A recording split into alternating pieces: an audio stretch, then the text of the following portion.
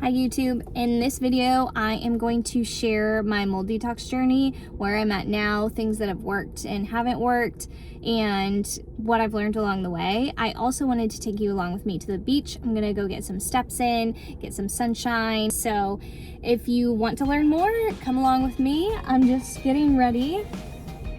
It's actually a little cold here in Florida, but I want to get some sunshine in my eyes. I want to get some movement in, and the best place to do that is at the beach looking at the water. So I'll bring you along, show you some views, and tell you my story.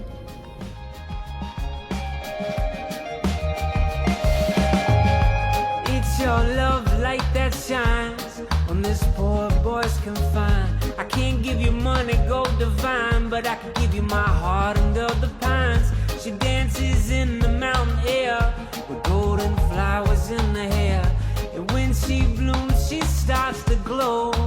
Oh yeah, take me to your garden road. It's been a little chilly here in Florida, so the beach was definitely a little cold, but it was still really good to just get out and walk around and see the water. But I like sharing those things because before I lived here, I loved watching those things. I loved getting to kind of like live through somebody else, to kind of be in different places and just like see what that's like. So I wanted to take people along, show the beauty that God gave us, and I just love where we live. So if you like beach content, that'll be interlaced into a lot of what I show, just to share beauty with everyone around me. But I guess my whole point to this video was to share where I'm at in my mold toxicity journey or detox journey. I had a video before kind of sharing like the starter of this, but essentially just a recap. I've been sick on and off for a lot of my life. I feel like as time has gone on, my health has kind of deteriorated more and more. I've seen traditional doctors. I got really no answers, nothing that's helped. I don't want to be on long-term medication. I just feel for my age, I should be doing and feeling better than what I am. And I had taken my health into my own hands, did a lot of research, kind of adjusted things that have helped along the way, but it would only get me so far as like getting rid of dairy and gluten from my diet, exercising, breath work, things like that. It would only take me so far, and then I would just be back in the same fatigue, migraines, acne, just aches and pains, different things that I'm like, this isn't normal for just an everyday healthy person. What I came up with is that I thought I had mold toxicity issues before I even got diagnosed. I saw a functional medicine practitioner, and she did a full blood work panel, an organic acids test. She did a mycotoxin urine test, and it did show that I had ochratoxin A. It was abnormal values, like high levels of it, and that has interfered with my thyroid hormone levels, my sex hormone levels, my cortisol levels, all of these things, plus I'm probably forgetting a few, but we're like out of whack. Nothing that's like major. I've not been hospitalized, and I'm not on any long-term medications, thank goodness, but it's enough that I'm like, I want a long and healthy life. I want to feel better. I have goals I want to achieve, and I'm being kind of held back from doing that with my health.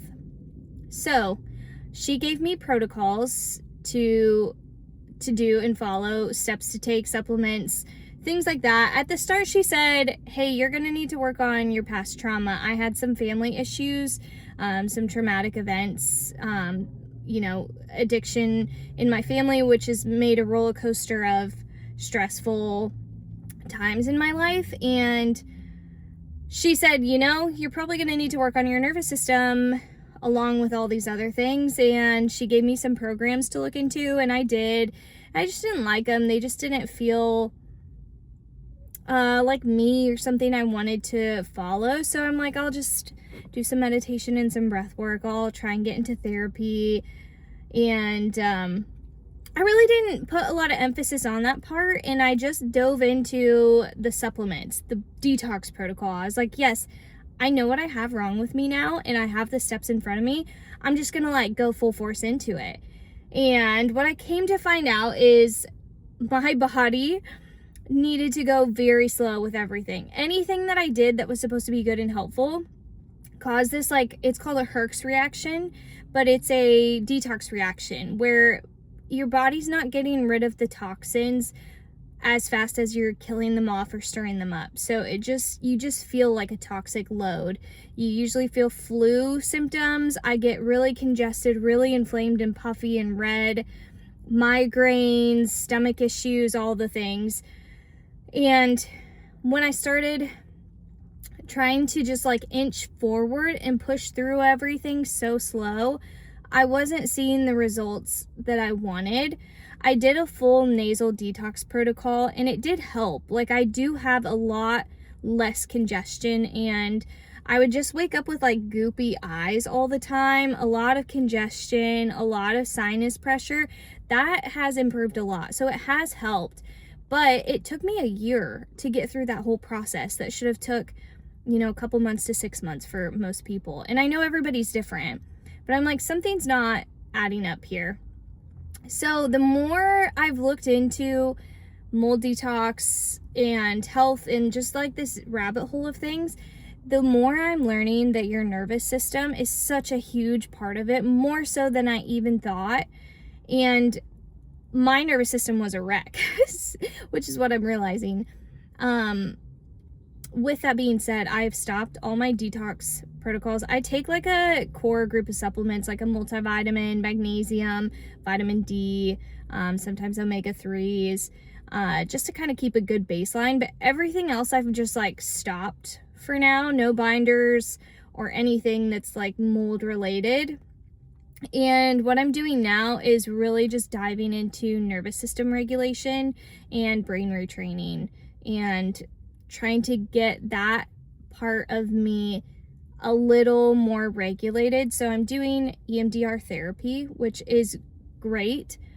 It is intense. What it is it's like a way of doing therapy where you keep your full brain online, but you're reliving some traumatic events that have happened to you so that you can reprocess those emotions and complete the cycle. So when you have trauma, it doesn't have to be something like big and terrible that happened to you. It definitely can be, but it can also be any time that you had an emotion that you felt like you couldn't process in that time, whether it was too overwhelming, you didn't feel safe, you didn't have the right tools to process that emotion.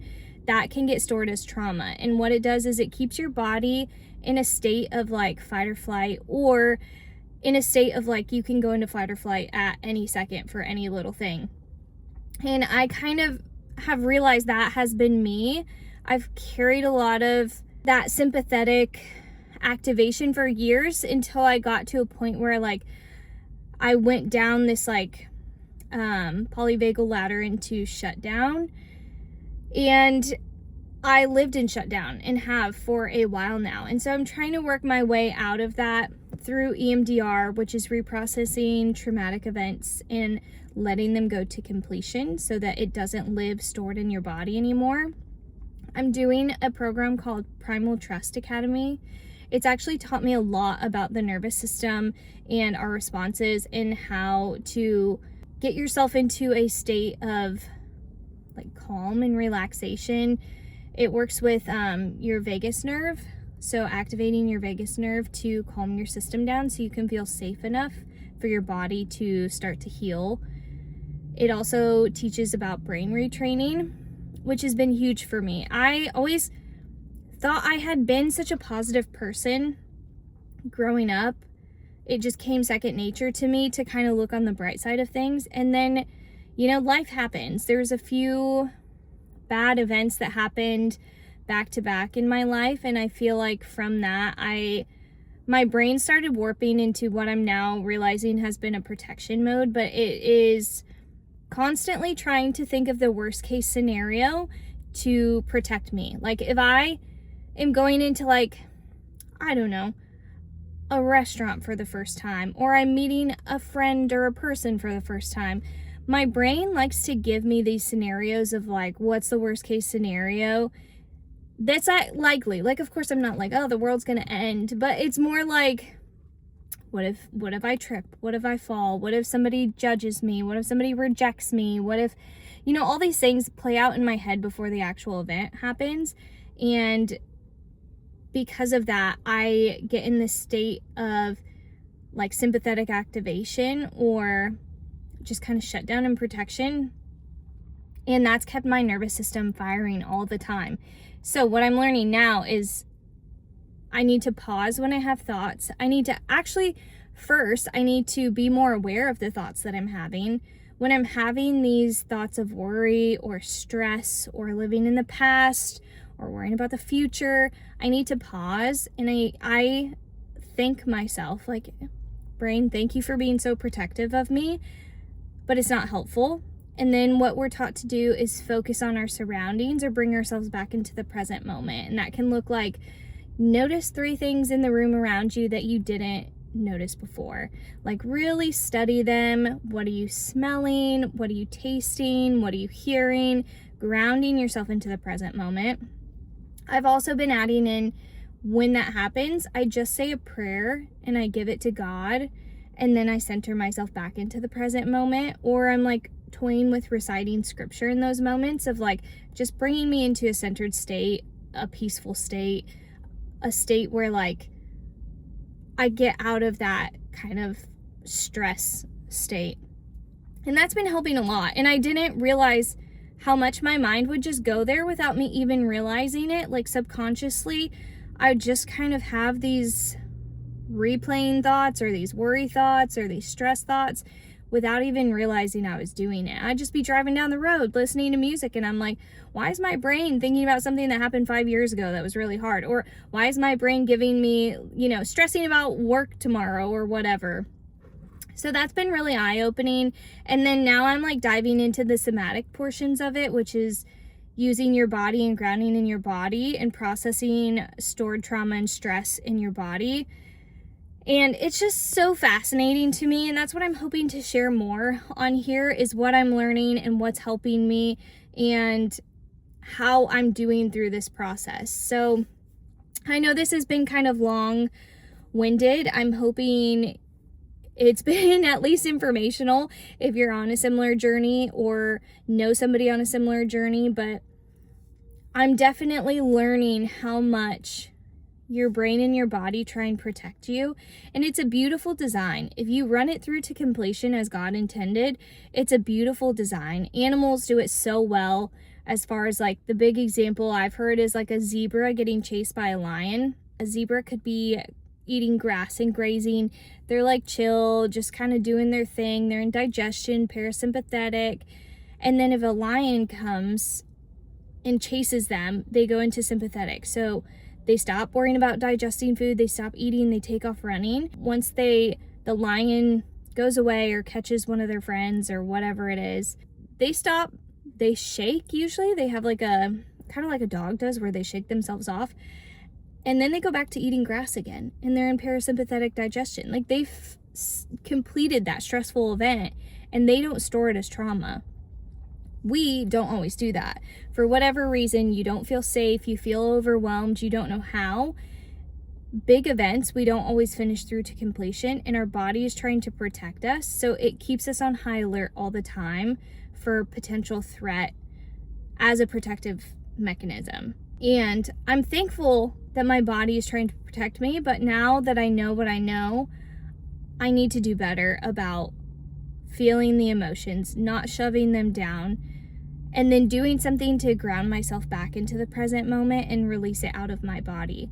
And I'm still in a journey of like learning what this whole process looks like from start to finish, and I'm really excited to get into somatic work because I think that is going to be a big game changer. A lot of people that carry like past traumatic events or stressful events, you can carry a lot of tension in your body, which is something I didn't realize until I started doing physical therapy for all of this. Like, I have chronic back pain and tight pelvic floor muscles, and doing this therapy, she's like, yeah, she's trained in trauma and informed in all of this, and she said that it is your body just carries all this tension from all these like events in your nervous system being on overload, and it can like carry a physical thing with you. And so getting into somatics and working through some of this tension and just like letting my body feel these things and then let them go,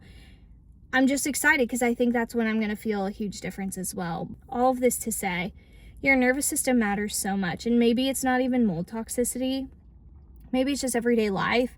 Maybe it's something else that you're dealing with, autoimmune issues, things like that. It can be a variety of different health issues, but eventually, if you don't deal with your nervous system and your past traumas and your thoughts and your thought processes, it can cause physical changes to happen, illness to happen. And so I really am kind of thinking that is a huge like crux of a lot of health conditions and issues. Of course, like diet, exercise play a part in it. There's a lot of different things, but it's just opened my eyes to what is possible. And I just think this is the right door for me to walk through. And God has led me this entire way. Just like open these doors when I need them to. He showed me different ways when I needed to see them. I would not be here healing like I am without God's hand in it. And so I'm just so thankful for that. But with that, I've learned a lot from people on social media. That's been part of it, is like just seeing the right thing that's kind of like sparked like an interest for me to look into. And that's just opened many doors from that. And so I'm like, maybe I could do that for someone else. Like maybe I could just open a door for somebody else that needs to see it based on my journey.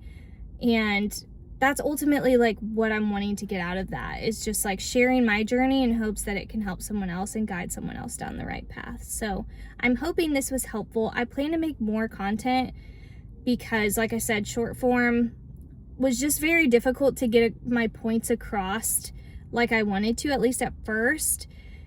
And this just seems like a better way to share my story and everything that I'm going through in a helpful way. So if you want to follow along with me, if you want to learn what I'm learning, if you want to see beach clips or my dogs, because that's another huge part of my life, stick around, and I hope you follow this journey with me. But thanks for listening if you made it this far, and stay tuned for the next one.